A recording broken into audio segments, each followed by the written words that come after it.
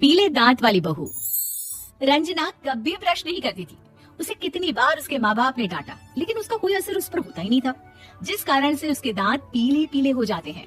शादी के बाद, अरे बहू, वैसे तो तुझ में कोई कमी नहीं है, पर तेरे दांत इतने पीले कैसे हैं बेटा? कैसे है मतलब? कोई सर्जरी थोड़ी ना कराई है। वो तो क्या नाम, मैं ब्रश नहीं करती थी तो पीले हो गए। अब क्या करूं? आप कहे तो लाल करवा लूं या फिर काले? यार ये क्या है, क्यों माँ से लड़ रही हो? लड़ रही हूँ?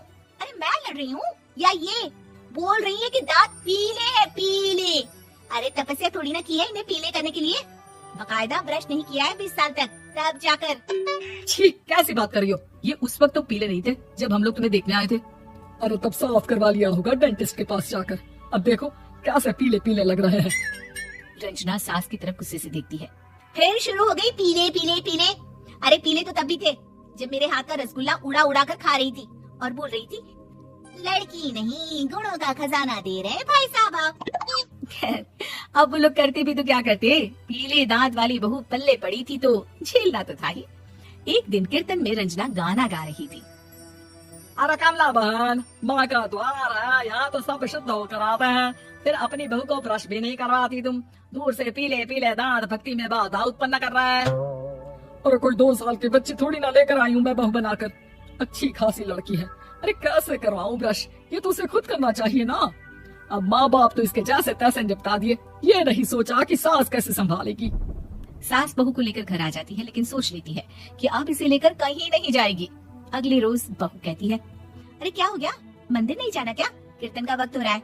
मेरी मधुर वाणी से कान्हा जी जागते हैं और सोते हैं। आप तो जानती है ना उनकी भक्ति में कितना मन लगता है मेरा। वो क्या है ना, तबीयत ठीक नहीं लग रही है मेरी, आराम करूंगी मैं। तबीयत ठीक नहीं लग रही?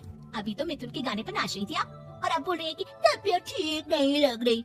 अरे भक्ति में मन लगा लो सासू माँ, ऊपर जाना है, क्या मुंह दिखाओगी आप? हाँ, सास को बहू की बात पर गुस्सा आ जाता है। मैं क्या मुंह दिखाऊंगी, इसकी चिंता तो ना कर, समझी? अपने मुंह की चिंता कर, जो ये पीले पीले दांत लेकर हर जगह पहुंच जाती है। पता है लोग कितना मजाक बनाते हैं। ना जी ना, मैं नहीं जाना कहीं तेरे साथ। तो ये बात है, कोई ना, मत जाओ, मैं अपने कमरे में ही बैठ कर भक्ति कर लूंगी। ऊपर वाला दांत थोड़ी ना देखता है, मन देखता है, भावना देखता है। और अरे बस बस, तू सब कुछ दिखा, बस ये सफेद चमकदार दांत ना दिखाना किसी को, है? जा यहाँ से। बहू को सास की बात का कोई फर्क नहीं पड़ता, वो तो जैसी थी वैसी ही रह जाती है। सुबह नहाकर किचन में खाना बनाना, फिर खाना खाना, कीर्तन भजन करना और सो जाना। एक दिन, माँ जी मैं सहेली के घर जा रही हूँ, शाम को लेट आऊंगी। हाँ हाँ तो जाना, मैंने कौन सा तेरी आरती करनी है घर पर बैठकर। रंजना सहेली के घर जाती है, जहाँ वो पार्टी में जाने की तैयारी कर रही होती है। अरे शिखा, कहाँ जाने की तैयारी कर रही है? मैं गलत वक्त पर आ गई क्या? अरे नहीं यार, उल्टा सही वक्त पर आ गया। मैंने ये साड़ी और ज्वेलरी निकाली है यार, शाम को इनके ऑफिस की एक पार्टी में जाना है। बताना कैसा लग रहा है ये सब? नहीं यार, इस ड्रेस के साथ तो वो वाली ज्वेलरी अच्छी लगेगी। हाँ हाँ सही बोल रही है, मैंने ध्यान ही नहीं दिया। वैसे तो हमेशा से मस्त फैशन सेंस रखती है। तो बड़ा जाती होगी ना पति के साथ पार्टी में।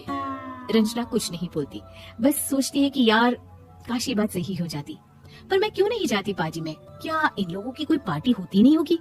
रंजना घर आती है और रात में पति से सवाल करती है, एक बात बताइए, आप मुझे किसी पार्टी में क्यों नहीं ले जाते? क्या आपके यहाँ ऑफिस में पार्टी नहीं होती? पति बेचारा क्या कहता कि दांत पीले हैं तुम्हारे इसलिए। अरे कोई पार्टी होती नहीं हम लोगों के ऑफिस में, तो कहाँ से लेकर जाऊँ?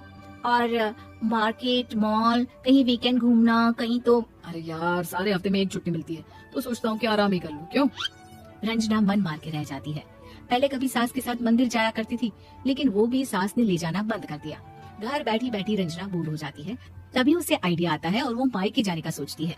सासू माँ, 2 दिनों के लिए मम्मी के घर जा रही हूँ। अच्छा ठीक है, आराम से जा।